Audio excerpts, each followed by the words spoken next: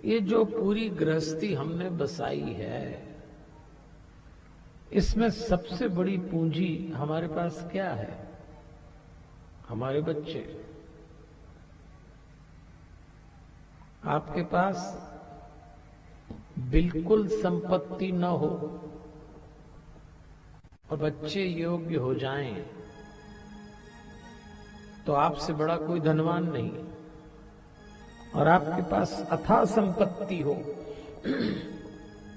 और बच्चे योग्य न हुए, तो आपसे बड़ा कोई निर्धन भी नहीं होगा। इसलिए आज की कथा संतान को समर्पित है, क्योंकि आज की कथा में कुछ संतान आ भी रही है, तो हमें इसको समझना पड़ेगा।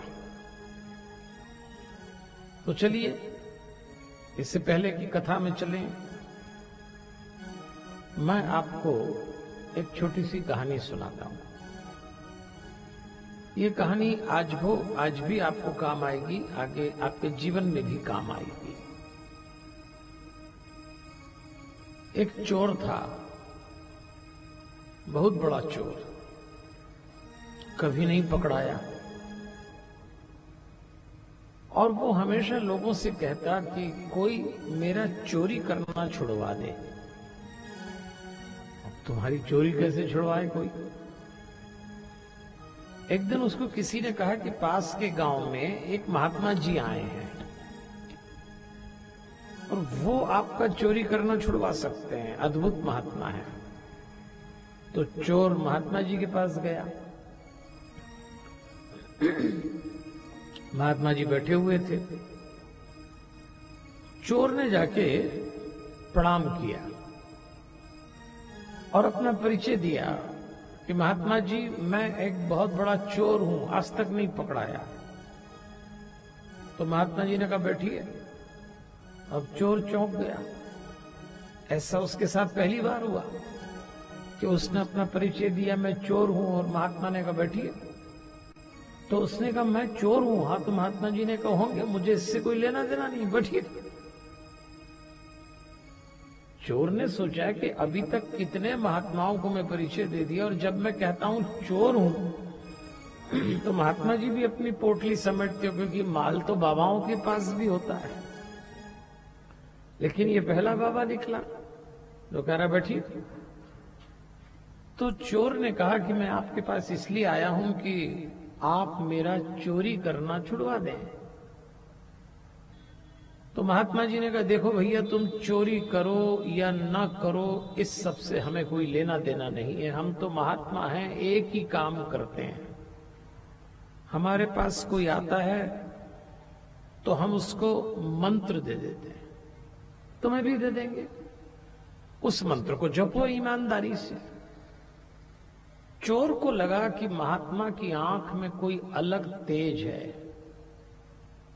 तो बोला ठीक है, दे दीजिए। तो महात्मा जी ने उसको मंत्र दिया, और मंत्र था जो भी करना होश में करना। ये मंत्र दे दिया, जो भी करना होश में करना। अब चोर चला, वचन दिया था महात्मा जी को, तो मंत्र रटता रहा, जो भी करना होश में करना, जो भी करना होश में करना। जाके सो गया। अब आधी रात को उठा, मंत्र जप रहा है, जो भी करना होश में करना। चोरी करने गया, एक घर में तिजोरी तोड़ी, कीमती सामान बाहर से निकाला, और मंत्र यही जप रहा है, जो भी करना होश में करना, जो भी करना होश में करना। तभी उसको याद आया कि मैं मंत्र तो जप रहा हूं, जो भी करना होश में करना, पर काम गलत कर रहा हूं, बेहोशी का कर रहा हूं। जब मैं तिजोरी का सामान लेके यहां से भागूंगा, घर वाले पीछे रोएंगे, पुलिस मेरे दौड़ेगी पीछे, तो काम तो गलत कर रहा हूं। और गलत काम होश में हो ही नहीं सकता, गलत काम बेहोशी में ही होता है। और बेहोशी का मतलब ये नहीं कि आंख बंद हो गई और धरती पे गिर गए, लोग आंख खोल के भी बेहोश हैं।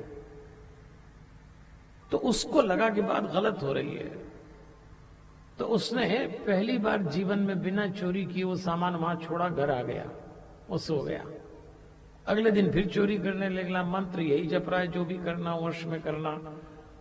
फिर कीमती सामान लिया, फिर याद आया चोरी नहीं कर सकते क्योंकि होश चला जाएगा, चोरी करो तो होश जाएगा, तो मंत्र झूठा पड़ जाएगा, तो वहीं छोड़ा। 1 महीने तक सिलसिला चला, चोरी नहीं कर पाया।